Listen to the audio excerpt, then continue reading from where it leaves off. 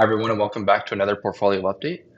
So right now I'm sitting at $168,244 inside of Wealthsimple, and I completed Norbert's Gambit this month, maxing out my RRSP. So you can see here I bought almost 16 shares of VOO inside of my RRSP. So I did it inside of Wealthsimple with USD accounts. So inside of my RRSP here, I've got um, I gotta go to the USD, VOO, and I did it for less than $10. So you probably would have seen my previous video about that on the channel, but if you haven't, please check it out. How to buy VOO inside of Wealthsimple for less than $10.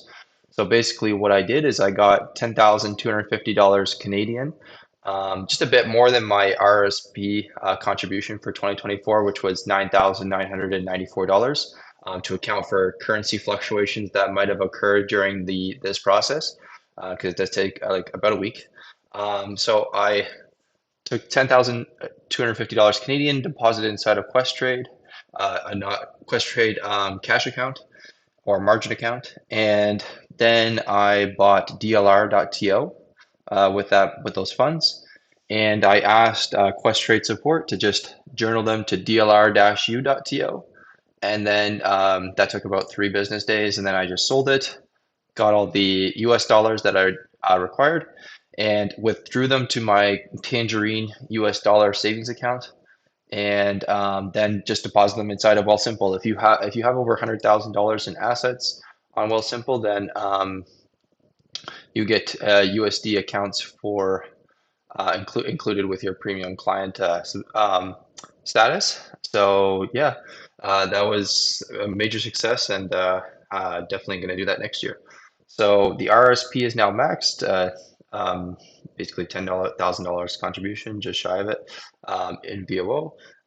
So my weight in VFE, and well, I consider them the same thing because VFE just literally holds VOO. So that's why you would see here on my spreadsheet that this is kind of like merged in as well as the chart. And it's nice to have the chart for VFE because then I can see the fluctuation in the US dollar relative to the Canadian dollar displayed in this graph too.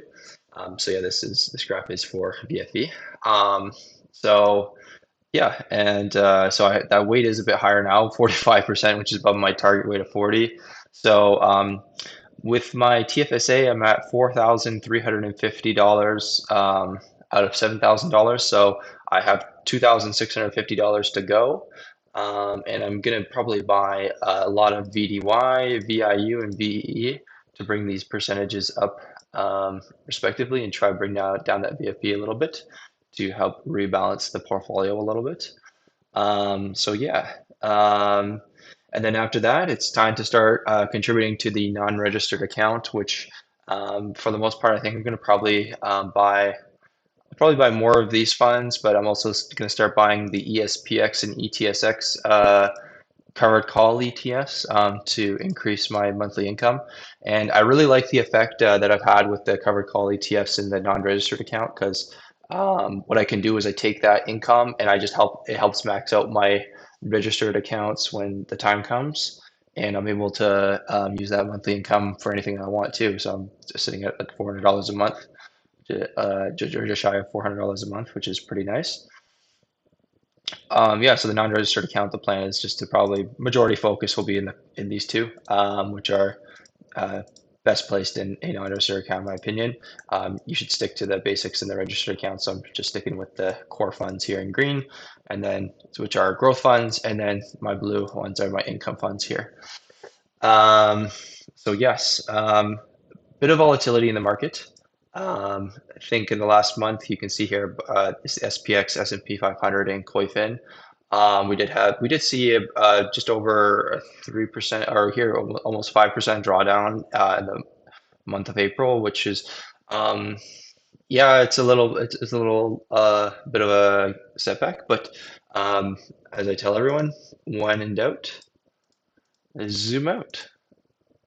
So yeah, don't worry about little 5% drop here or there. I just saw it as a huge buying opportunity.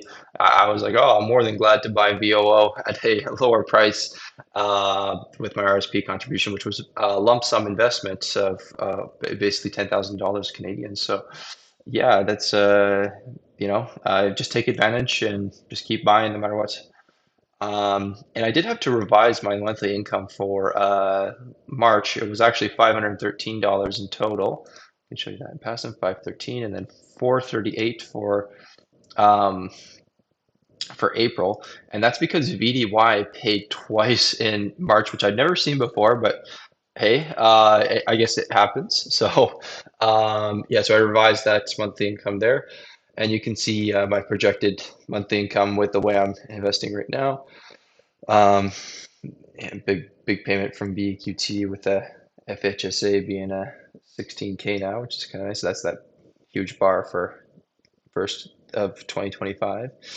Um, yeah, so yeah, that's about it. Oh, and I did make some updates to the spreadsheet. I actually mechanized like even the sector allocations and geographic allocations even more. So before I was I was typing in the percentages of each fund inside of each of the sectors and the geographic allocations. But now it's literally all mechanized. Like it literally it like extracts it from a website, like for TD. TD has like sector allocations and geographic allocations for all of the funds. And I was able to further mechanize it, and it updates with that site. So I no longer have to even touch that anymore. So it's this spreadsheet is pretty stacked in my opinion. And I'm announcing it now as a 100 subscriber special. I'll be sharing the spreadsheet.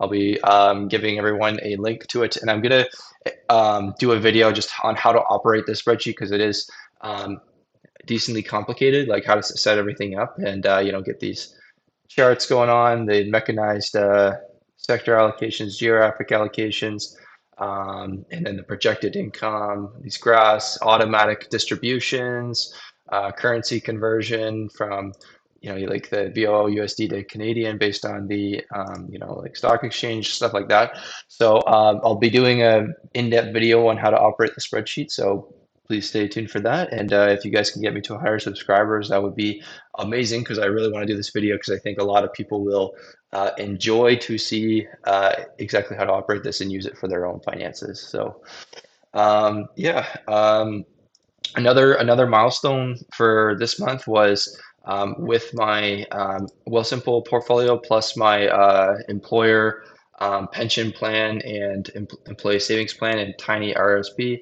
I'm over $200,000 in assets, which is pretty nice to see. It's quite a milestone indeed.